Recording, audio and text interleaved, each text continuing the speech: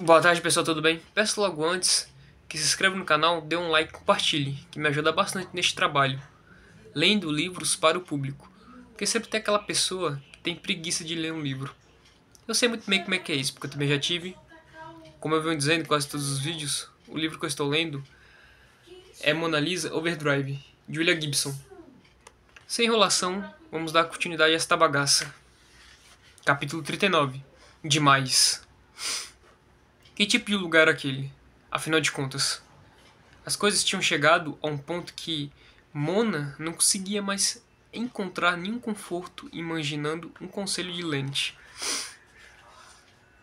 Se Lennit estivesse nessa situação, pensou Mona, ela iria apenas se entupir de Memphis negro até sentir que não era problema seu. O mundo nunca teve tantas partes se movendo, ou tão poucos rótulos. Dirigiram a noite toda, com Angie fora de si a maior parte do tempo. Agora Mona, definitivamente, podia acreditar nas histórias sobre drogas. E ela falava línguas diferentes, vozes diferentes, e aquilo era o pior. Aquelas vozes, porque elas falavam com Molly, desafiando-a, e ela respondia de volta enquanto dirigia. Não como se estivesse falando com Angie para acalmá-la, mas como se realmente houvesse alguma coisa lá. Outra pessoa, pelo menos 3 delas, falando através de Angie.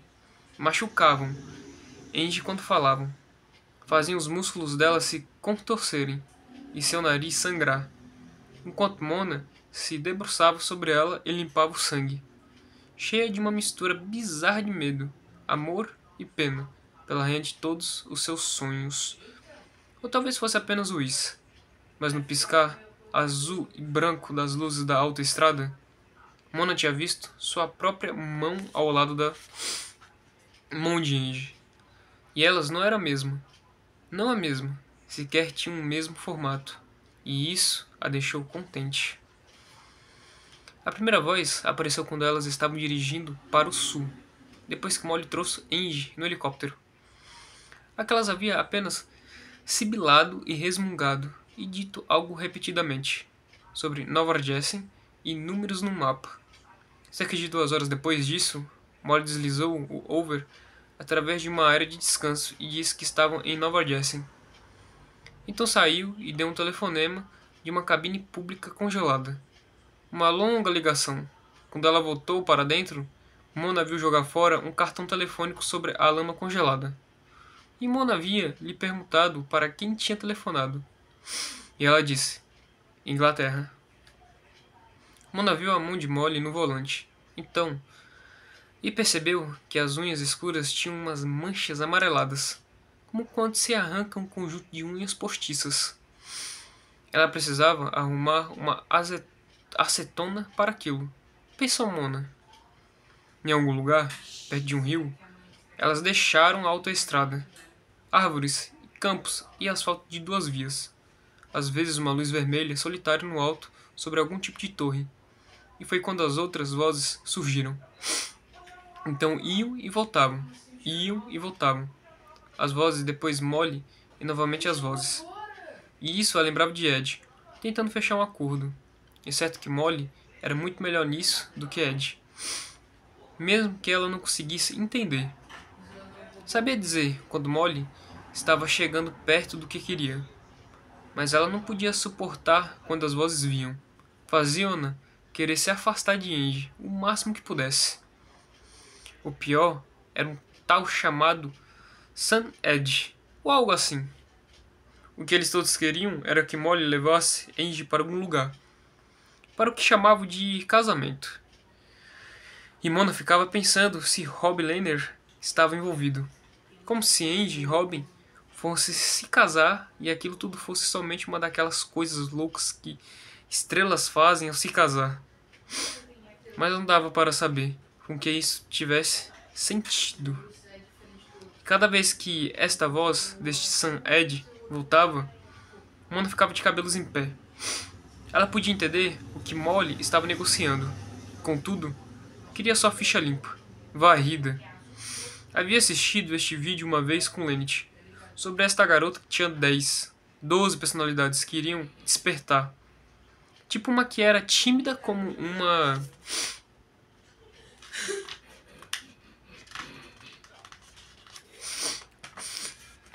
criancinha e a outra que era uma vagabunda totalmente drogada.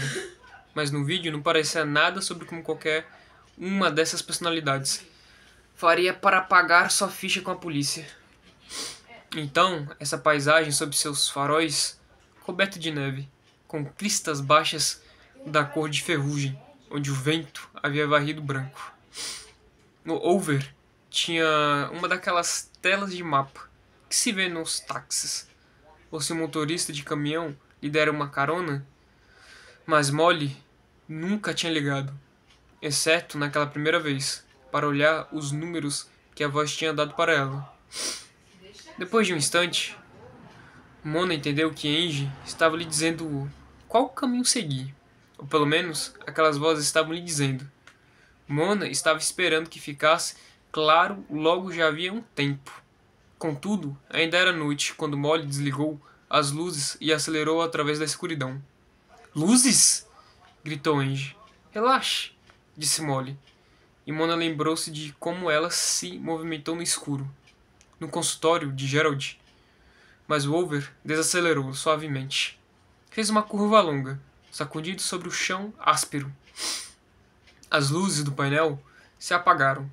Todos os instrumentos. Nenhum som agora, ok? O Over acelerou através da escuridão. Havia uma luz branca bem alto, através da janela. Mona avistou um ponto que avançava, girando sobre ele. Alguma outra coisa, cheia de bulbos e cinzenta. Para baixo! Abaixa ela! Mona se jogou para arrancar o cinto de segurança de Angie, enquanto alguma coisa batia contra o lateral do Over. Jogou-a no chão e envolveu suas peles ao seu redor enquanto Molly girava para a esquerda, orçando de lado em alguma coisa que Mona não viu. Olhou para cima. Um flash de um segundo de um prédio escuro em frangalhos. Uma única lâmpada branca sobre as portas do armazém. E estavam lá dentro. A turbina gritando em reversão total. Batida! Não tenho a menor ideia, disse a voz. E Mona pensou, bem, eu sei como é isso. E a voz começou a rir. E não parou. E a risada se tornou um som intermitente.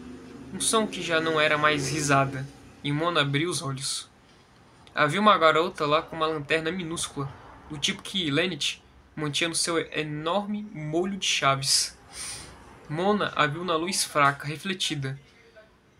O cone de luz sobre o rosto de Angie. Então ela viu Mona, olhando e o som parou.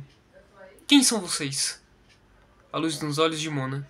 Voz de Cleverland. Um rostinho forte de raposa debaixo de um cabelo loiro descolorido e descuidado. Mona, e quem é você? Mas, então...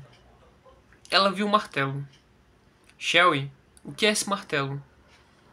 A tal Shelly olhou para o martelo. Alguém está atrás de mim, e desligue. Ela olhou para Mona novamente. Você está com eles?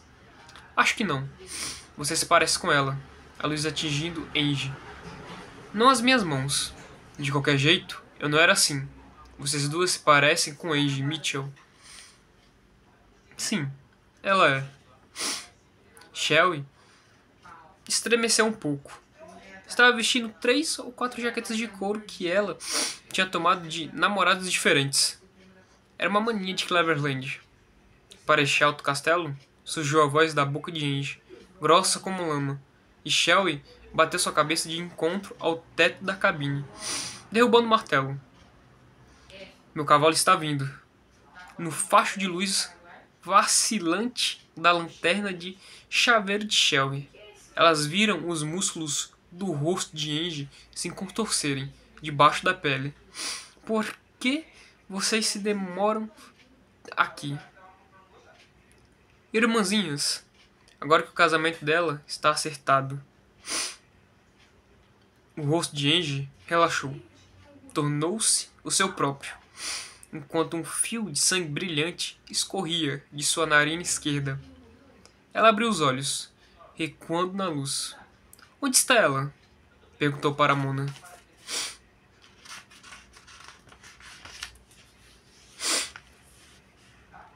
Sumiu, disse Mona. Me disse para ficar aqui com você. Quem? Perguntou Shelby. Molly, respondeu Mona. Ela estava dirigindo. Shelby queria encontrar alguém chamado Slick. Mona queria que Molly voltasse e dissesse a ela o que fazer. Mas Shelby estava inquieta quanto a permanecer ali embaixo no andar térreo. Disse, por que havia essas pessoas lá fora, com armas? Mona lembrou o som, alguma coisa atingindo Over. Então pegou a lanterna de Shelby e foi olhar. Havia um buraco onde ela podia enfiar o dedo, na metade superior da lateral direita, e um maior. 2 dedos na lateral esquerda. Shelby disse que era melhor subirem para onde Slick provavelmente estava, antes que aquelas pessoas decidissem entrar ali.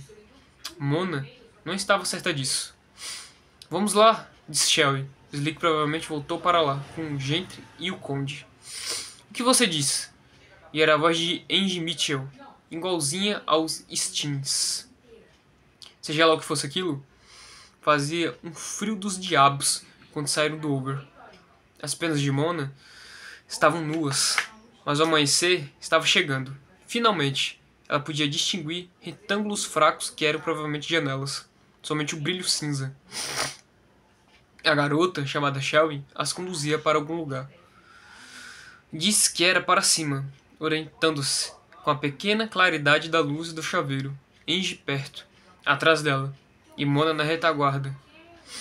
O bico do sapato de Mona ficou preso em algo que fazia um som de chocalho. Abaixou-se para soltá-lo e encontrou o que parecia ser um saco de plástico, grudento, coisas pequenas dentro. Respirou fundo e levantou-se, enfiando o saco dentro do bolso lateral da jaqueta de Maicon.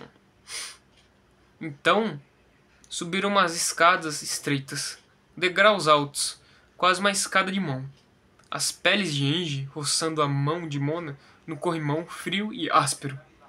Então uma saída, e uma volta. Outro lance de escadas, outra saída. Um vento soprou de algum lugar. É um tipo de ponte, disse Shelby. Basta caminhar rápido através dela, porque ela se move pouco. Não. Esperando aqui. E não esperando aquilo. Nada daquilo. Não um cômodo branco e alto. As prateleiras arqueadas repletas de livros em mau estado. Ela pensou no velho. A coleção de coisas de console com cabos enrolados por todo lado. Não este cara vestido de preto, magro e com olhos febres, com seu cabelo penteado para trás, numa crista que chamavam de peixe de briga em Clareland. Não há risada dele quando as viu lá, nem tampouco o cara morto. Mona já havia visto gente morta antes, o suficiente para saber quando era o caso. A cor daquilo, algumas vezes. Na Flórida, alguém se deitava em uma pilha de papelão da calçada, do lado de fora do edifício abandonado. Simplesmente não se levantava mais. Roupas e pele ficavam da cor da calçada, de qualquer forma, mas ainda diferente quando batiam as botas. Outra cor debaixo daquela. Um caminhão branco vinha. Então, Ed disse que, se não fizessem isso, eles inchariam. Como o gato que Mona havia visto uma vez. Cheio, como uma bola de basquete. Virado de costas, pernas e rabo apontado para cima. Duros como tábuas. E aquilo fez Ed rir. E este artista do Wiz, rindo agora? Mona reconheceu o olhar. E Shelby, grunhindo, ou perto disso. E Angie apenas parada lá. Ok, todo mundo? Ouviu alguém dizer.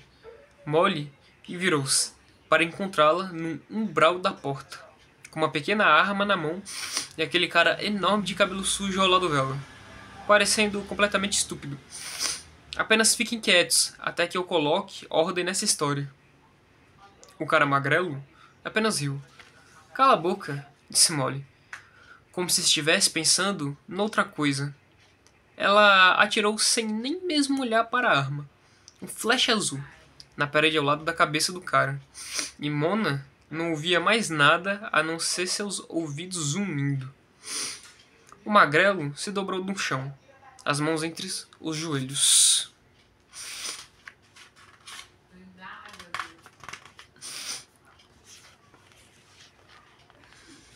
Angie caminhou em direção à maca onde o cara morto estava deitado. Seus olhos brancos, devagar, devagar como se estivesse se movendo debaixo da água, e aquele olhar em seu rosto. A mão de Mona, no bolso da jaqueta, estava meio que tentando descobrir alguma coisa por conta própria. Meio que apertando o ziplock que tinha apanhado no chão, lá embaixo, contando a ela que havia whis dentro. Puxou para fora do bolso e realmente tinha, grudento com sangue ainda secando.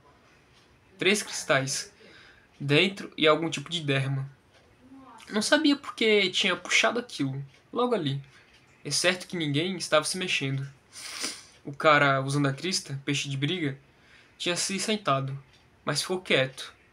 Angie continuava perto da maca e não parecia estar olhando para o cara morto, mas sim para uma caixa cinza, presa sobre sua cabeça numa espécie de moldura.